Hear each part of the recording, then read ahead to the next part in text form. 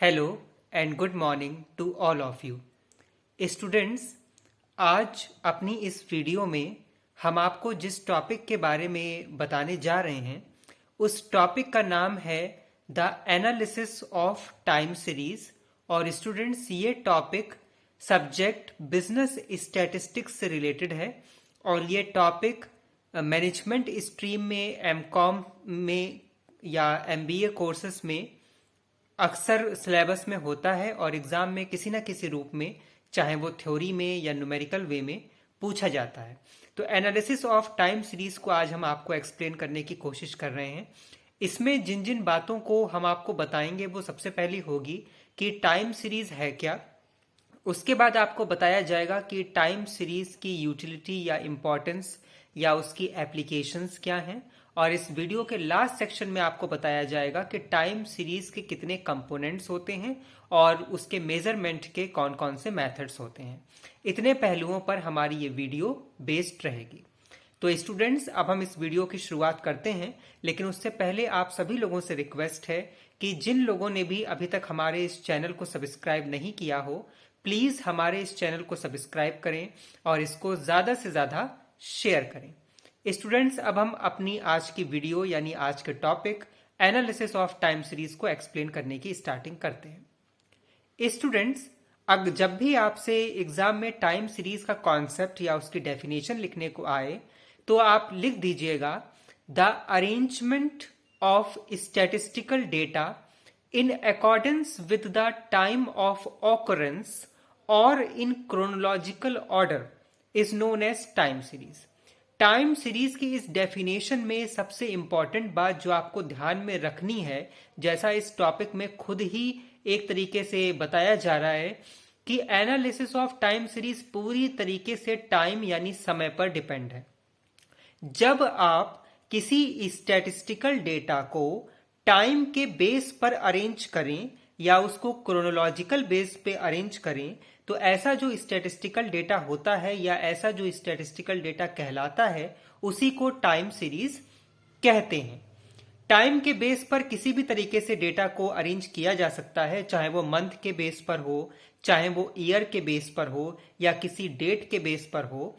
तो इस तरीके से जब हम डेटा को अरेंज कर देते हैं अकॉर्डिंग टू टाइम या फिर क्रोनोलॉजिकल ऑर्डर भी उसको बोल सकते हैं, तो ऐसा जो स्टैटिस्टिकल डेटा होता है जो टाइम के बेस पर या क्रोनोलॉजिकल ऑर्डर में अरेंज्ड होता है उसको हम टाइम सीरीज कहते हैं और इसका एनालिसिस कहलाता है analysis of time series.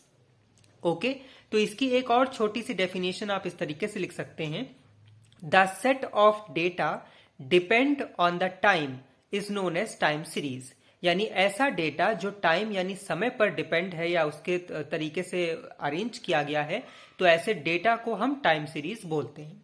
Okay students, इसके आप एग्जाम्पल के तौर पर यह भी लिख सकते हैं जो अब हम बताने जा रहे हैं। Example of time series are number 1, the annual production of steel in India over the last 10 year. या सेकेंड एग्जाम्पल आप इस तरीके से भी लिख सकते हैं the monthly sale of a chemical industry over the 5 years. तो इस तरीके के एग्जाम्पल आप टाइम सीरीज में दिखा सकते हैं।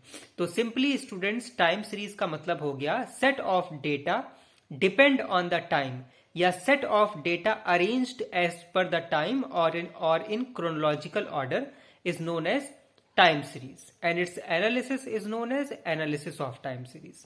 ओके, तो अभी तक स्टूडेंट्स हमने आपको बताया कि टाइम सीरीज का क्या कॉन्सेप्ट या डेफिनेशन है और उसके एग्जांपल्स को आप किस तरीके से लिख सकते हैं। अब स्टूडेंट्स, हम आपको बताने जा रहे हैं कि आखिर ये जो टॉपिक है यानी टाइम सीरीज या एनालिसिस ऑफ टाइम सीरीज, कुछ भी आप कहें, इसके क्या इंपॉर्टेंस है या क्या इसकी यूटिलिटी यानी उपयोग है या क्या इसका एप्लीकेशन है। तो students, time series is very useful in planning, पहला पॉइंट आप इस तरीके से लिख सकते हैं। Second, time series is very important और यूजफुल इन फोरकास्टिंग और बिजनेस फोरकास्टिंग। इसके अलावा time series is also very useful in the budgetary system और इन द क्वालिटी कंट्रोल। इसके अलावा सेंसस एनालिसिस में भी टाइम सीरीज की बहुत इंपॉर्टेंस है। साथ ही साथ time series analysis is also very important in the comparative study of present trend and the past trend. Okay. और अगर हम बात करें एप्लीकेशंस की, तो टाइम सीरीज की एप्लीकेशन है in business decision making, in financial decision making, in inventory decision making, in budgetary control, ये सारे इसके एप्लीकेशन हैं। तो जब भी आपसे पूछा जाए एग्जाम में, चाहे वो 2 नंबर में आए या लॉन्ग में आए, कि टाइम सीरीज या एनालिसिस ऑफ टाइम सीरीज की क्या इंपॉर्टेंस है या उसका क्या नीड है, यूटिलिटी है, एप्लीकेशन है, तो आप यही सब लिखेंगे कि टाइम सीरीज एनालिसिस प्लानिंग के लिए हेल्पफुल है, फोरकास्टिंग के लिए हेल्पफुल है, क्वालिटी कंट्रोल के लिए हेल्पफुल है, सेंसस एनालिसिस में इस्तेमाल किया जा सकता है, बजटरी कंट्रोल के लिए यूजफुल होता है, कॉम्परेटिव स्टडी इससे पॉसिबल है, फाइनेंशियल डिसीजन मेकिंग में इसका रोल है, बिजनेस डिसीजन मेकिंग में है, इन्वेंट्री डिसीजन मेकिंग में है। ये सारे इसके इंपॉर्टेंस, नीड या क्यों करते हैं टाइम सीरीज एनालिसिस या उसकी एप्लीकेशन, इन क्वेश्चंस का आंसर यही रहेगा। ओके। तो स्टूडेंट्स, अभी तक हमने आपको बताया टाइम सीरीज का कॉन्सेप्ट, डेफिनेशन और उसके इंपॉर्टेंस, यूटिलिटी या एप्लीकेशन या क्यों टाइम सीरीज हम करते हैं। अब हम आपको बताने जा रहे हैं इस वीडियो का सबसे इंपॉर्टेंट सेक्शन कि टाइम सीरीज के कंपोनेंट्स क्या हैं, जो 2 नाम से आपके एग्जाम में आ सकता है। या तो आप वेरिएशंस ऑफ टाइम सीरीज बोले या कंपोनेंट ऑफ टाइम सीरीज या टाइम सीरीज एनालिसिस बोले, तो एक ही बात होगी। स्टूडेंट्स, टाइम सीरीज के 3 कंपोनेंट होते हैं। Number 1 secular trend, number 2 regular short term fluctuations, जिसके अंदर 2 आते हैं further headings, seasonal fluctuation and cyclical fluctuation, और जो 3rd कंपोनेंट है टाइम सीरीज का वो है इन रेगुलर वेरिएशंस। अब इनको हम आपको बताने की कोशिश कर रहे हैं। पहला कंपोनेंट जो टाइम सीरीज का है वो है सेक्युलर ट्रेंड, जिसको टी के नाम से भी डिनोट करते हैं या कहते हैं। इसका मतलब होता है, जब ये आपसे पूछा जाए कि सेक्युलर ट्रेंड क्या है, तो आप इसमें लिखिएगा the general tendency of a data to grow और decline over a long period of time, then this is known as secular trend and it is denoted by T.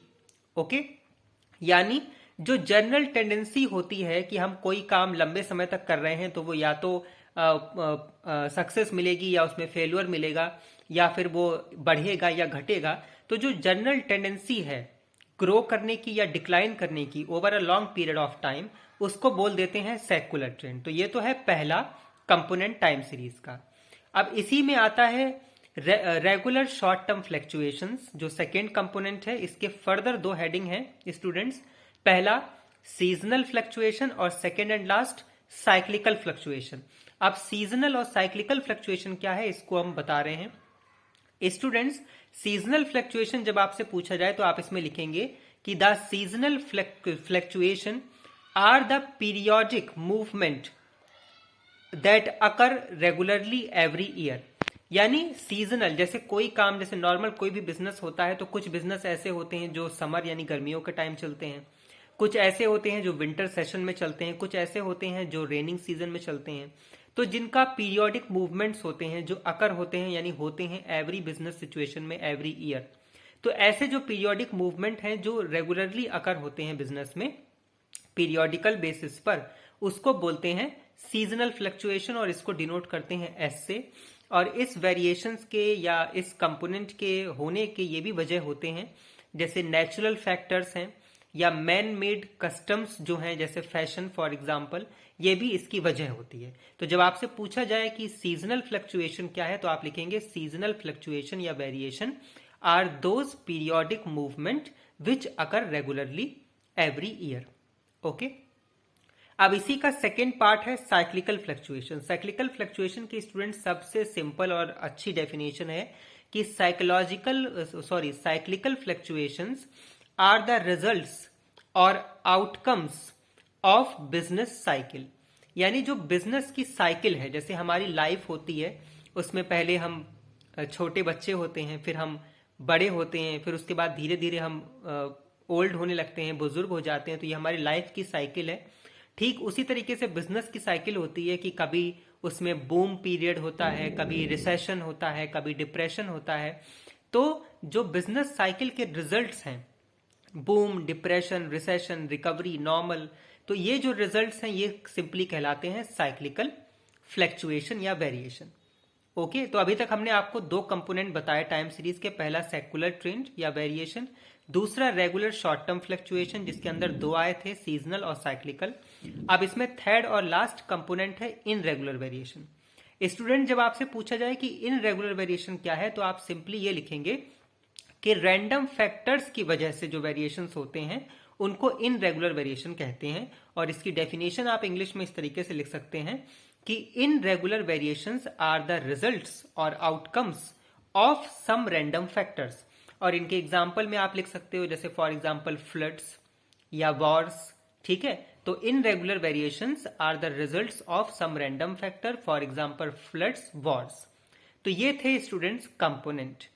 अब हम लास्ट में इस टॉपिक यानी टाइम सीरीज में आपको बता रहे हैं कि अगर आपको ट्रेंड का मेजरमेंट करना है या आपसे एग्जाम में ये क्वेश्चन पूछा जाए कि what are the methods of measurement of trend, तो उसके 4 मेथड होते हैं।